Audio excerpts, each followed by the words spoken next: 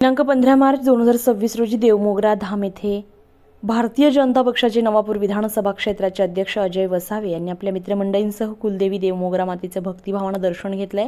निसर्गरम्य डोंगर रांगांमध्ये असलेल्या या पवित्र धामामध्ये जाऊन त्यांनी आई देवमोगरा मातेच्या चरणी नतमस्तक होत सर्वांच्याच सुख समृद्धीसाठी प्रार्थना केली आहे। दर्शनासाठी आलेल्या मित्रमंडळींसह त्यांनी मंदिर परिसरामध्ये काही वेळ घालवत धार्मिक वातावरणाचा अनुभव घेतलाय। त्यानंतर सर्वांना एकत्र येत निसर्गाच्या सानिध्यामध्ये स्नेहभोजनाचा आनंद घेतलाय।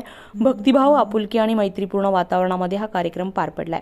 उपस्थितांनी आई देवमोगरा मातेचे आशीर्वाद घेत समाजातील ऐक्य, शांतता आणि प्रगतीसाठी प्रार्थना केली आहे। दर्शनानंतर सर्वांनी आई देवमोगरा मातेच्या चरणी नतमस्तक होत पुन्हा नवापूरकडे प्रस्थान केलंय। या भेटीदरम्यान उपस्थितांमध्ये धार्मिक उत्साहाचं वातावरण दिसून आलंय।